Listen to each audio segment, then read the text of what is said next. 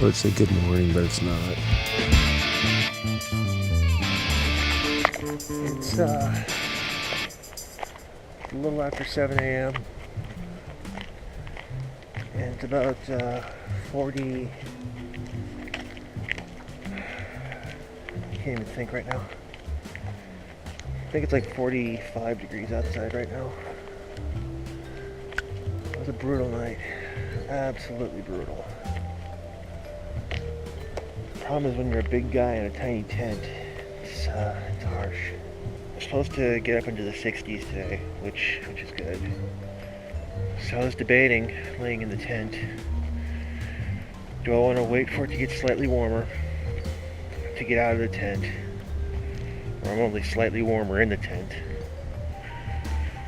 Or do I want to get home before sunset? Obviously home wins. The plan.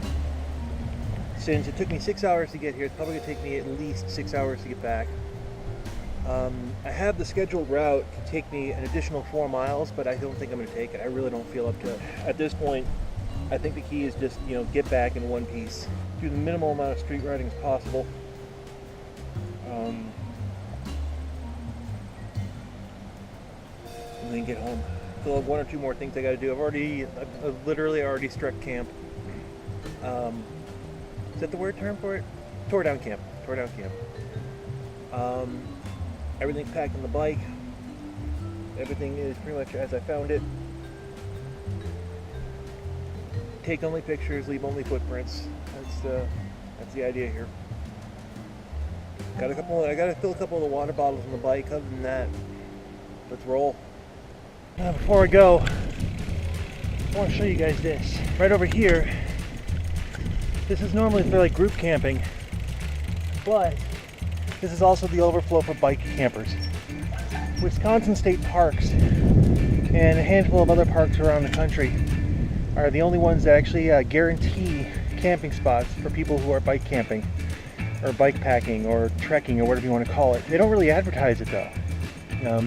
The only reason I found out about it was when I called here and asked them about reservations. I mentioned I was on a bike. She said, "Oh, we can guarantee you a spot." And come to find out, every Wisconsin national park does this, that has camping anyway. One of the advantages to bike camping, you got a place to stay. And you get to go back on the bike. We got 6 hours ahead of us. Let's do this. Harrington Beach State Park, thank you very much. Let's go home.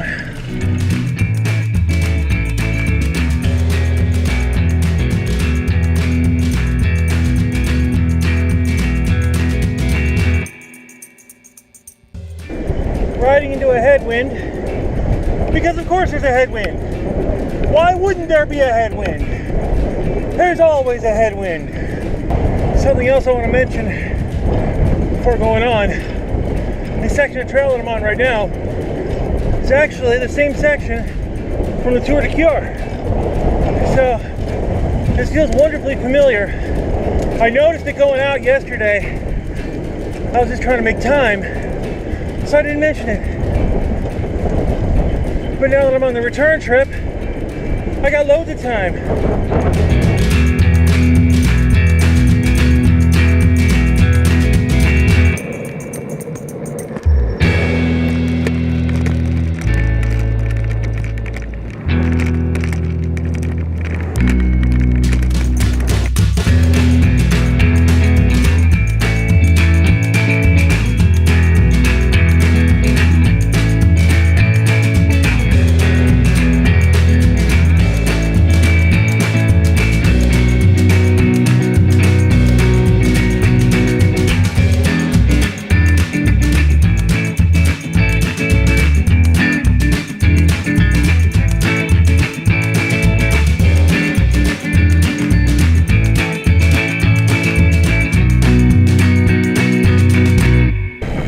When I'm riding through the woods, I'm still looking at cover and concealment.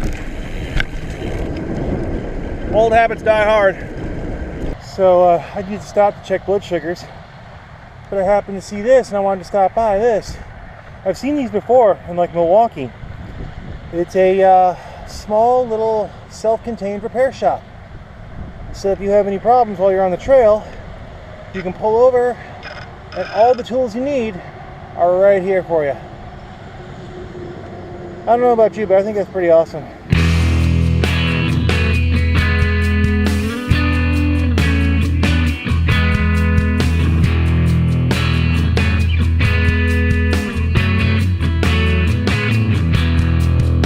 So off the main trail,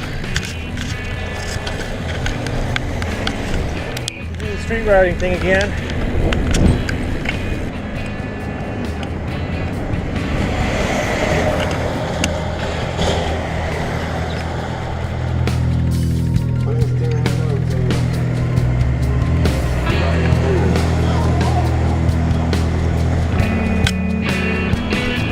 I'm exhausted because